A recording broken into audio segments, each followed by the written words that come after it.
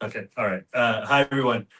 Sean here with some initial reactions to the mayor's proposed budget. So earlier today, the mayor put out his proposed budget. We're taking our first look at it.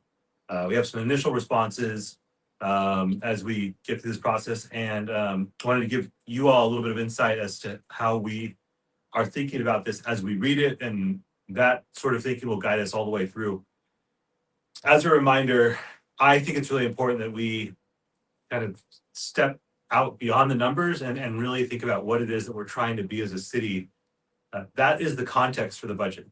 Um, and without us having a clear idea of where we want to go, then the numbers really are just a math exercise and will always leave us short of what we can and should be.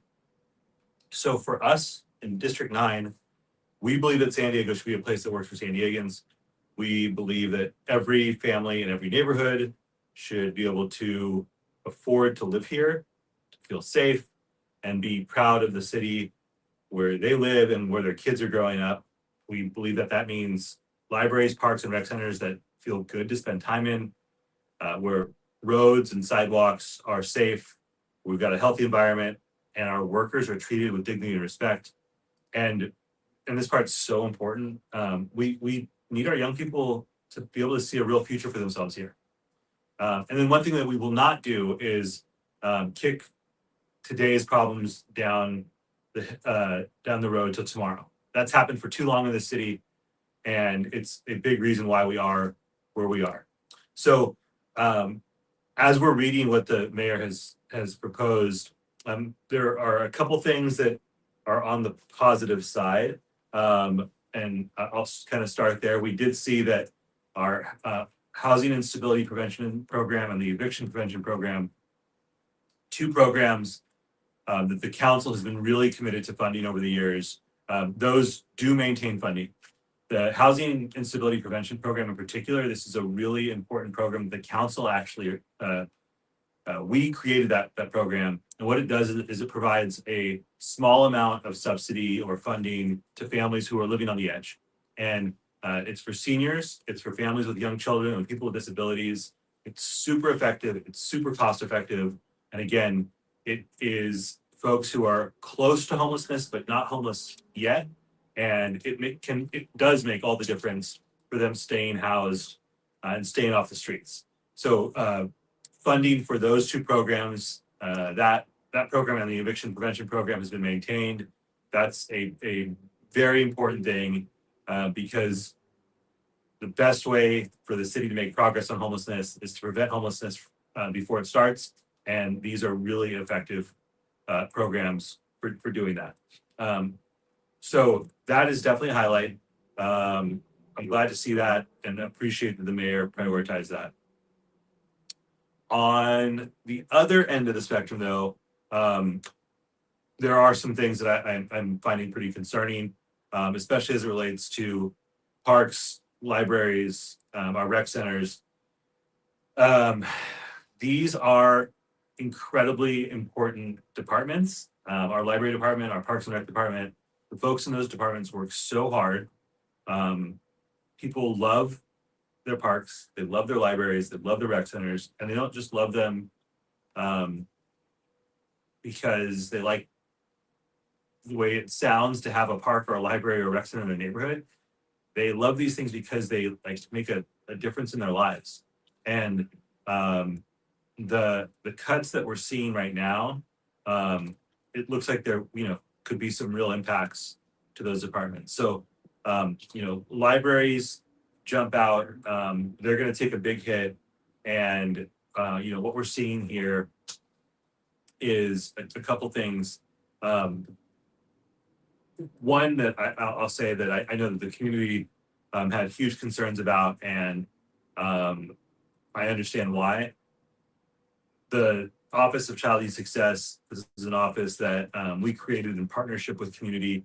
That seems to be eliminated in the proposed budget. And, we're going to have a lot of tough decisions, and there's going to be choices between bad and worse that we face. But I just think it's so important for us to be able to tell our young people that we are investing in them, we're investing in their future. We know the Office of Child and Youth Success has brought in really big, important grants in the short time that they've been around. And those grants have helped provide access to childcare. They've engaged young people in the development of a plan for young people in the city that the city was previously lacking. So that cut will hurt, and we'll certainly be pushing back to figure out if there's a way to do that. And I think there's got to be, in a city of this level of, with this level of affluence and this much going for it, funding a couple positions that are dedicated to improving the lives of young people. I just think that that's a thing that we can do. I'll also say that one of the things that's concerning me as I look at the library budget as presented is that every department presents a budget equity impact statement. And what these are supposed to do is give the council and the public a sense of what the impact of the proposed budget would have as it relates to equity. And again, equity is a kind of fancy word for just saying making things more fair, for addressing harms that were caused in the past, making sure we're not perpetuating those harms, and closing the gap between the parts of the city that have abundance and the parts of the city that have need. And in the equity impact statement, there's a question about whether the adjustments impact disparities, gaps, and deficiencies. And the answer to that question is no. And I don't know how that can be accurate in an environment where we're reducing the library budget by as much as we are, which is about $3.5 million. And when we're eliminating a program like the Office of Child and Youth Success, that clearly was going to have impacts on gaps and disparities and deficiencies. And so one of the big points of contention last year in the budget conversation was the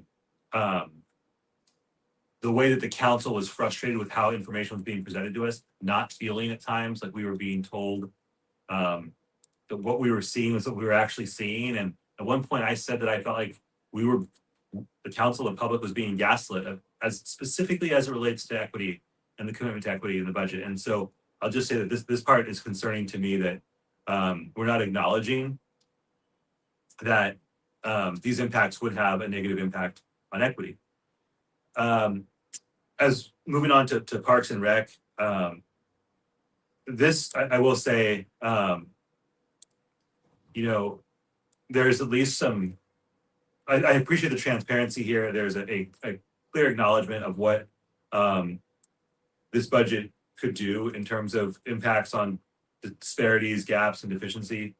As it says here, the reductions associated with rec center hours, pool hours, a therapeutic recreation leader, and position reductions in community parks, maintenance reductions, and senior center hours will greatly impact the department's goal of providing access to clean, safe, and well-maintained parks, as well as decreasing access to recreational opportunities citywide. So they're telling it like it is. I appreciate that. And I'm also not okay with those outcomes for this city. Because again, I don't think it needs to be this way. 100% we're going to have to make tough decisions. What I'm not seeing here is, and there's certainly tough decisions that have been made, and I applaud the progress that's been made to reduce some of the kind of what are now being referred to as middle management positions that have been a topic of conversation that grew substantially under the previous administration and had continued to grow for a couple of years since 2020. Those are positive steps, but I do have some real concerns here about Parks and Rec and what that means for our communities. We know that in addition to wanting our young people to see a future, for wanting people to feel like they can take pride in their parks and their rec centers, we also know that people want to feel safe. And one of the best ways to make people feel safe is to ensure that our public facilities are well cared for, that people have access to things to do, that our young people have places to go after school. And this is going to really, if this were to pass as presented, I actually think that this part of the budget would make us less safe. That being said, here's the good news. I do not think that the cuts to Parks and Rec need to stand. We have one of the most premier municipal golf courses in the country, in this city. We've raised some questions about whether or not that golf course and the revenue that flows into our golf, the golf fund within the Parks and Rec budget, could be better distributed in a way that benefits the city as a whole. We know that those funds could be better distributed without having any impact on day-to-day operations of golf or maintaining Torrey Pines as one of the great municipal golf courses in the country. We certainly don't want to be in a situation where we lose major events that are held there, but we don't need to lose those events. We can fund our Parks and Rec department. We can make sure that the kids growing up in the parts of the city that have the least have access to their parks, have access to rec centers, that the seniors who eat lunches at the rec centers in my district can get in there to maintain a connection to community. They can get the nutrition that they need, and we can tap into this incredible resource of San Diego being an amazing golf destination to help fund that, and we should do that. So this is just a very beginning look at the budget, kind of our first glance. Again, one kind of high level positive, we're going to continue to fund homelessness prevention and eviction prevention programs. So a win there for the community who really has prioritized those things over the last couple of years. And then we're going to have to really dig down and fight hard, folks, for our libraries, for our Parks and Rec department. We know that arts and culture took a big hit as well. And so my ask to you as we begin this process is to first answer the question of, the city that we want to be. We have on our website, we have a survey that Ben from our office put together, and it starts, it's about wanting to understand what you want us to be as a city. And so your answer to that question will help us. We will have hard decisions to make as it relates to specific line items, for sure. And we can't run away from those. But all those decisions need to be in the context of who we want to be and what we want to be. And I hope we can get to a better place in terms of understanding that by the end of this budget process.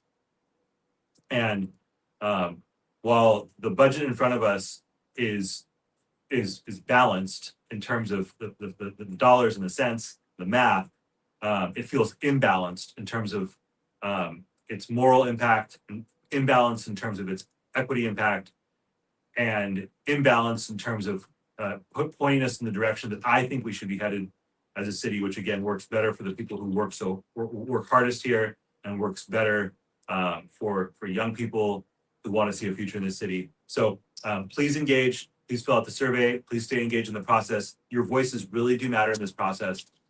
We look forward to partnering with you, and this is just the beginning. Thanks, everyone.